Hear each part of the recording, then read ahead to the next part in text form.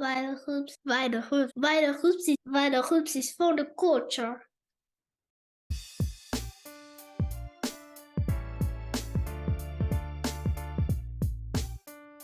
Peace, everybody. Welcome to the VITAL HOOPS Podcast. My name is Fernando Cardenas, aka International XB. I am your host. This is episode number 34. Now, before I start over here, I just want to let you all know I'm going to have a little announcement towards the end of the show about upcoming podcasts. And so, yeah, basically this episode, I want to get a little bit into the NBA Finals. I know the last game was June 13th, which is, roughly a couple weeks ago. A lot has, happened since, but still, I didn't get a chance to go over the NBA Finals over here on the VITAL HOOPS Podcast, and I wanted to do that. So we're going to get into that real quick. Obviously the Denver Nuggets, 2023 NBA champs, well-deserved. They took it in five games, which was exactly what I predicted. I was wrong about many things throughout the playoffs, but I did think the Nuggets were going to win it in five. I just saw too much power. They were just better than the Heat overall in every aspect. They were better. They were just stronger. They were more athletic. They were better shooters.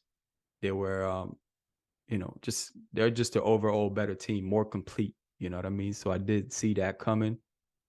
So let's talk about it. Let's get into it.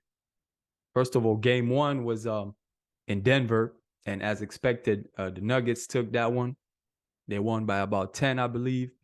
And, right off the bat, the Nuggets set the tone as they had been doing in their previous series.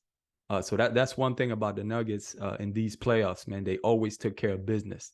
Every single time they had an opportunity to eliminate a team, they did it. And so, they had that real championship mentality. They've been a good team for a long time, but they hadn't been able to get over the hump. And this was it for them. You know what I mean? So, yeah. So as I said, game one, Nuggets took care of business. Game two, Miami actually was able to come back and win that game, which was a surprise. I thought Nuggets were going to get two at home, but, obviously the fight in the Miami Heat was something serious. Jimmy Butler and the rest of that squad, they some warriors as well. So they were able to get game two, and that was it for them. They went back to Miami, and the Nuggets took both games.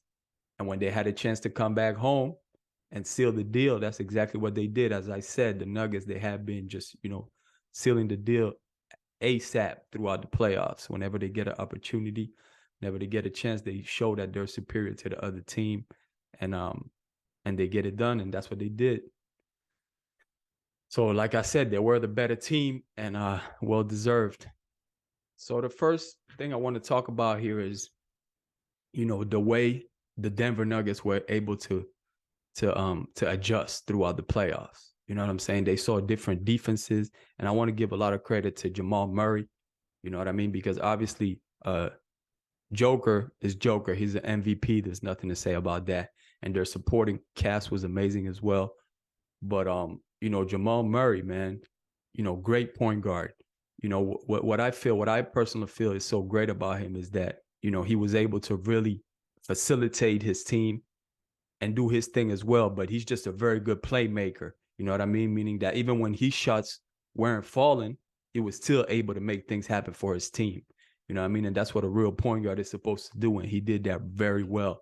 When they found ways to guard him a little better, like they would put Bam on him. They would put Bam Adebayo on him, like on a switch for a pick and roll or something. And Bam can guard points.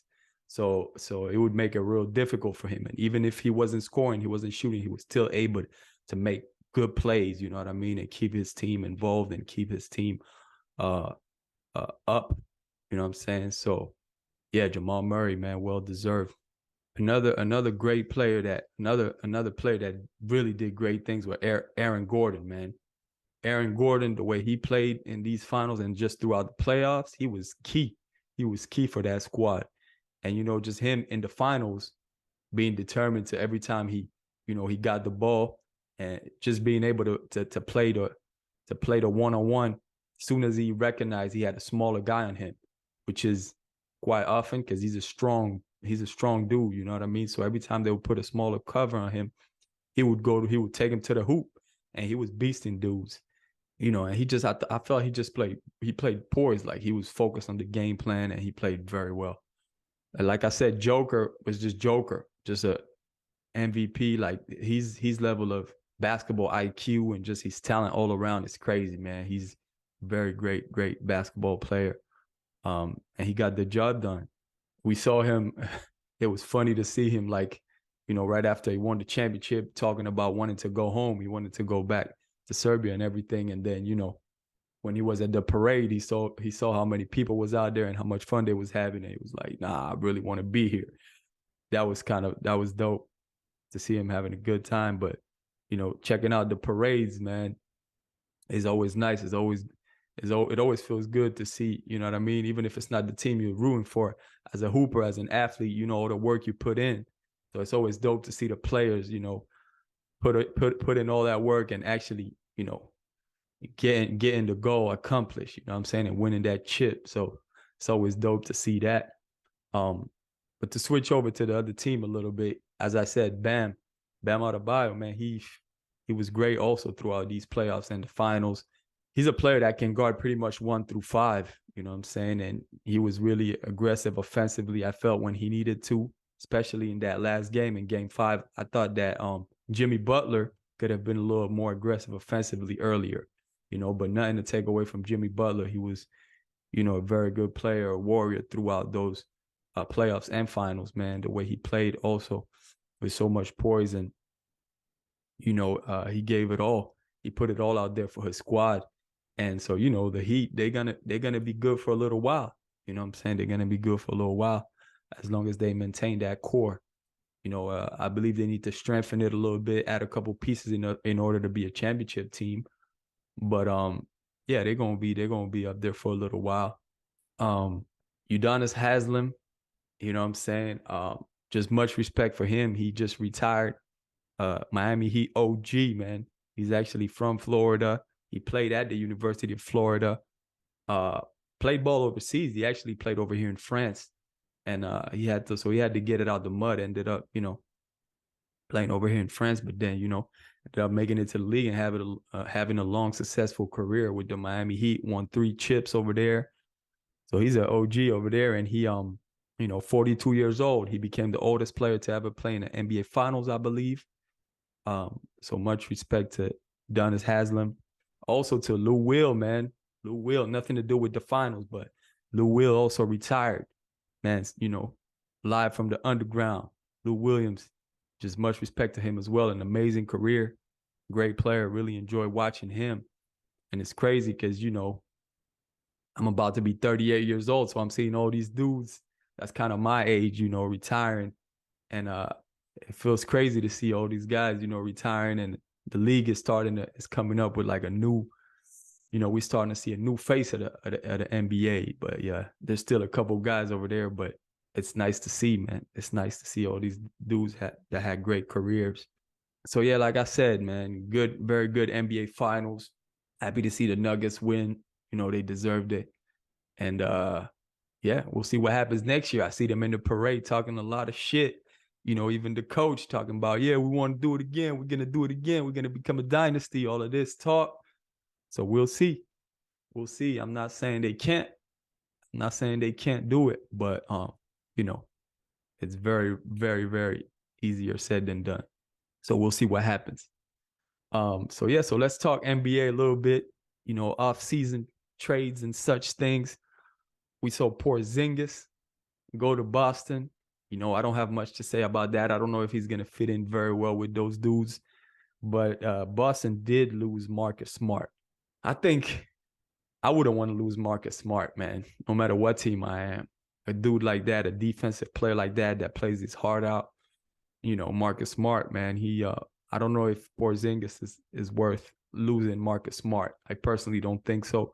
But maybe once again, maybe there's some, inside locker room type thing that, I don't know about, and whatever. But yeah, Porzingis in Boston could work. I'm not a big believer in Porzingis, but we'll see what happens. Boston's still great, obviously, with their 2-star players over there. Bradley Beal to Phoenix. So now he's going to be playing alongside KD and Devin Booker. So that's a nice little big three. Obviously, they lost CP3. CP3 is another one that's getting up there in age. And he is with the Golden State Warriors right now. Now, that's kind of weird. I'm not going to lie. I thought that was weird for the Warriors to want CP3 unless they're planning on doing some type of a trade with him, or I don't know. But I mean, I'm not sure how that's going to work, because the Golden State Warriors have a very, fast-paced game, run and gun. CP3 likes to kind of hold the ball, dictate the offense his own way. So I don't know. I don't know if he's going to start alongside Steph. It's going to be a pretty small backcourt, or if they're going to have him coming off the bench. I'm not sure. I'm not sure how that's going to work. But obviously, CP3 is a great, amazing player. And, when the players are that great, I always believe there's a chance that they can make it work. You know what I'm saying? Because CP3 is so smart. He's been in the league for so long that he understands how to adjust his game, how to do the necessary in order to win. You know what I'm saying? But off top like that, it's a weird fit. You understand what I'm saying? But I do believe they can make it work somehow. Okay, so there's still going to be I believe there's still going to be some trades. So I'm waiting to see what's going to happen next. There's going to be some moves, man. I know the Knicks are going to make something happen. We'll see. I would love to see Ingram with the Knicks, or even DeRozan, or even Dame Dollar. I love to see the Knicks get a big time player. Maybe Miami will get another big time player as well. The LA Lakers, I know, I believe LeBron and Kyrie want to play with each other again, so Lakers might try to make something happen. I think, I don't know where Kyrie's going to end up. That's going to be interesting as well. It's also going to be interesting to see what shoes Kyrie Irving will be rocking next season. I'm interested to see that, because there have been some rumors here and there, but we'll see. Now, the NBA draft happened. I can't really get into it too much, because the truth is I haven't been watching much college ball lately, so I don't know all the prospects and all of that. So I'm not going to get into details. We all know Victor Wembanyama, coming out of France, drafted to the Spurs. Like I said, I think I said this before on the podcast. I think it's a great situation for him, because who better than Pop, to develop a player like that. And I believe they having Tim Duncan come back on the staff. He's going to be working with him. So that's great for the kid, man. He has an opportunity to really develop into a great player. So that's dope. Scoot Henderson with the Blazers, he's supposed to be a great talent as well. Wish him luck. And to get into the French league real quick, the Monaco won the championship, and they beat Victor Wembanyama's squad in the finals. So Monaco is the champs. They lost in the Euro League Final Four, and they were able to win the French championship, the first division. And Mike James been killing. We'll see. It's interesting to see what Monaco will do next season. I believe they want to get a little stronger and try to win that Euro League. We'll see how their recruiting goes. But yeah, to get back to the NBA draft, one more player that I did see, Marquise Noel, small point guard out of Kansas State. Love his game, man. Very short, but he can really control the tempo. He can do everything. He scores. He can pass the rock like crazy. He plays deep, and I'm happy he got a two-way contract with the Toronto Raptors. And by the way, he was actually playing in at the Rucker Pro-Am League in Harlem, and he was on Kyrie Irving's team. So that's pretty dope. So yeah, it is summertime, and the Pro-Ams are on and popping. You know what I mean? The tournaments are on. That's always nice to see. And there's a bunch of tournaments. So I definitely encourage all you young hoopers to get out there, man, and hoop during the summer. Work on your game, but also hoop, playing leagues, playing tournaments, playing pro-ams, especially if you're young. You know what I'm saying? Because that'll definitely develop your toughness, develop your game. And it's fun too. You know what I'm saying? There's a fun aspect to it. You know, it gets you back in the mood to then, you know, attack the season with a good mindset. And speaking of tournaments, you know, the World Street Ball Championship K54 over here in France, in Paris, is this weekend, July 1st and 2nd. That's going to be crazy as always. It's always a very dope tournament.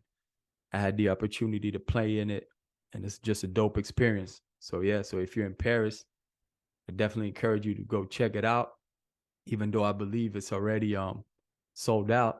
You know what I'm saying? But there's always a way. You get out there if you're in Paris, July 1st and 2nd. Yeah, K54, man. So what else is going on in the basketball world? Like I said, Rucker Park in New York, obviously there's other leagues, and Kyrie said he was actually going to hoop at the Rucker, so we'll see. That'll be dope to check out. The Drew League is popping, of course, and there's I believe there's going to be a couple pro-ams over here in France too. Obviously, there's pro-ams all over the world, so wherever you at, check out what's going on. And if you're a hooper, get out there and hoop. You know what I'm saying? Now, the WNBA is going on. The Big Three is about to start. Now, I've been following the Big Three, you know what I'm saying, since the beginning of it. I believe like 6 or 7 seasons ago. And this year, Mahmoud is not playing. You know what I'm saying? Mahmoud Abdul Rauf, one of my favorite players of all time, and definitely my favorite Big Three player. He's not playing. I don't know exactly what happened, so I'm not gonna get into details because I don't want to talk shit. But it's a shame Mahmoud is not playing no more. I'm still gonna be checking it out a little bit because I want to see ISO Joe Johnson get buckets. And there's still, you know, there's always some good players out there. But yeah, Joe, speaking of Joe Johnson, man, he got his ISO Yoga. You know, he got his yoga company going on. That's dope. If you've been following the Vital Hoops podcast, you know, I always encourage, you know, hoopers to get on their health and their yoga, you know, and their plant-based eating. So definitely. And speaking of plant-based eating, I was checking out the Rich Roll podcast with CP3, man. You know what I mean? And Chris Paul, he's plant-based. It's been plant-based for, I believe, 4 years now. And he was talking about how much it has helped him, you know, with recovery. He said he had pain for like 14 years straight as a pro. And, you know, since it's been, you know, plant-based, he doesn't even have to ice all the time. He's icing a lot less. He feels better. He recovers faster. These are all real things that I have experienced myself.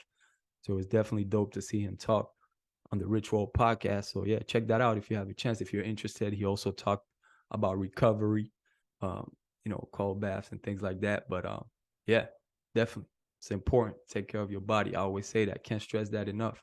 And take care of your health, period. Even if you're not an athlete, if you're not a hooper, man. Health, man. Take care of your health always.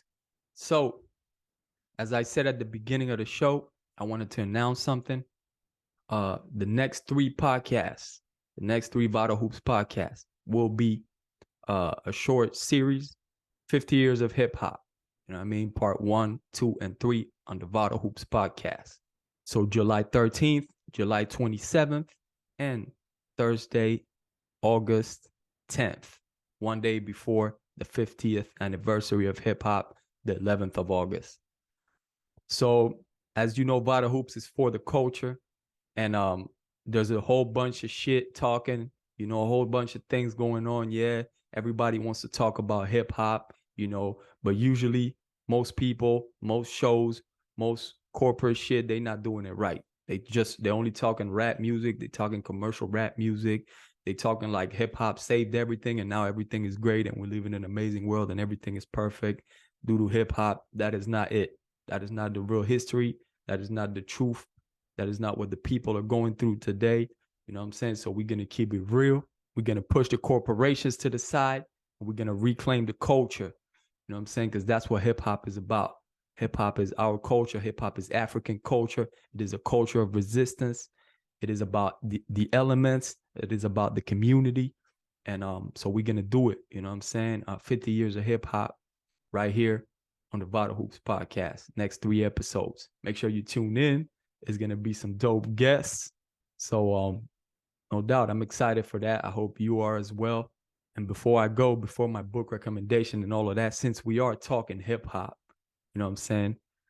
I am extremely happy and humble to announce the new Guerrilla Republic mixtape, which is out now. Guerrilla Republic is celebrating 20 years of love and sacrifice. So definitely go to guerrillarepublic.org and listen to the mixtape. And as I said, I am honored to be on it with my crew, 340 MS, and with the entire Guerrilla Republic Cuba. Once again, shout out to Isbayeto, shout out to Rab Love, shout out to all the Guerrilla Republic worldwide movement. And of course, shout out to G-Rep Kua, my peoples. And shout out to everybody, man, who has ever contributed to the culture, to hip-hop culture. So that's that. I'm definitely going to have that down in the description. The link for the mixtape, Guerrilla Republic mixtape, which was done with the contribution of Guerrilla Groove Radio. So yeah, like I said, definitely check that out. Please share it, listen to it, share it. It is a dope mixtape. It has some crazy appearances. JD Gorilla from the UK is on there. You know, Mad Ills, Rhinoceros Funk, Rex Luger, Four Eyes, Guerrilla Republic Brazil is on there. Kool Keith, the legendary Wise Intelligent, you know what I'm saying, from Poor Righteous Teachers, one of my favorite groups of all time. He's on there too. So, you know, like I said, it's definitely an honor to be for us, for 340 MS to be on there. So salute, Guerrilla salute to the family worldwide. And before I give you my book recommendation, as you know, I am part of a Pan-Africanist organization, the Pan-African Ligue UMOJA, and we have our massive weapon of consciousness, you know what I mean, which is our magazine, the Pan-African. So I just want to encourage you to buy it online. You know, you can buy it digitally online, or you can have a hard copy sent to you. You know what I'm saying? I'm going to leave both links here in the description. If you can read French, definitely get it. If you can't, it's still dope to have. As you can see over here, 25th edition with the great Sankara on the cover. And this is dope work, man. Shout out to the whole LPU, Pan-African League, UMOJA, and, you know, everything my comrades are doing with this. So, yeah, please definitely check it out. Click the links that are going to be down in the description and support if you can. Now, since we are talking culture, as always here on Vital Hoops, my book recommendation is The Cultural Unity of Black Africa by Cheikh Anta Diop. Like I've always said, you can't go wrong with Cheikh Anta Diop, with the great ancestor Cheikh Anta Diop. This is a very important book. This one is in French. Unité culturelle de l'Afrique noire. From Présence Africaine. Présence Africaine is a publishing house and a bookstore library here in Paris. If you ever come to Paris, definitely make sure you check it out. All types of Pan-Africanist and African history books, even things for the children. It's really amazing. So definitely, if you're in Paris, check out Présence Africaine. But yeah, I'm gonna have the name and author, as always, of our book recommendation is down in the description. Check it out. I appreciate you for listening to the Vital Hoops podcast. Please like, share, subscribe. Please tell a friend to tell a friend. You know what I mean? VitalHoopsPodcast @gmail.com. You can hit us up there. You can hit us up on social media. I'm always available on Instagram @VitalHoopsPodcast. We're on Facebook. We're on Twitter. And make sure you go to VitalHoops.net. Check out what's going on. Like I said, 3-part series, 50 years of hip hop coming up. And that's it. I appreciate you for checking out the Vital Hoops podcast for the culture. We out. Peace.